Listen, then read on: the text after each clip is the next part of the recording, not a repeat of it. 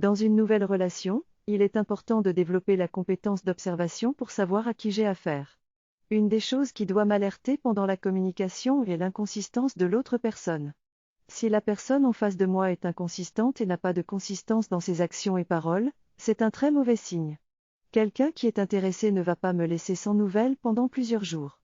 C'est un manque de maturité émotionnelle qui peut mener à une relation dysfonctionnelle avec de la manipulation. Il est donc important de laisser à l'autre personne prendre les devants et de ne pas toujours initier la communication et les décisions. Il est expliqué comment reconnaître l'intérêt véritable d'un homme et éviter les jeux de manipulation. Je dois être attentive à la consistance des actions de l'homme qui m'intéresse afin de discerner ses vraies intentions.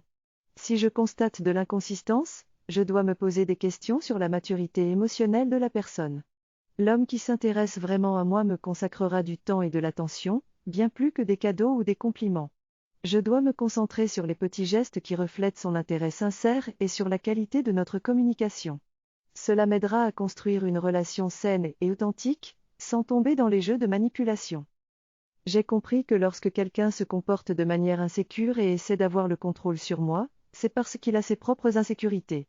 Il veut créer de la confusion chez moi pour se sentir mieux et avoir mon attention.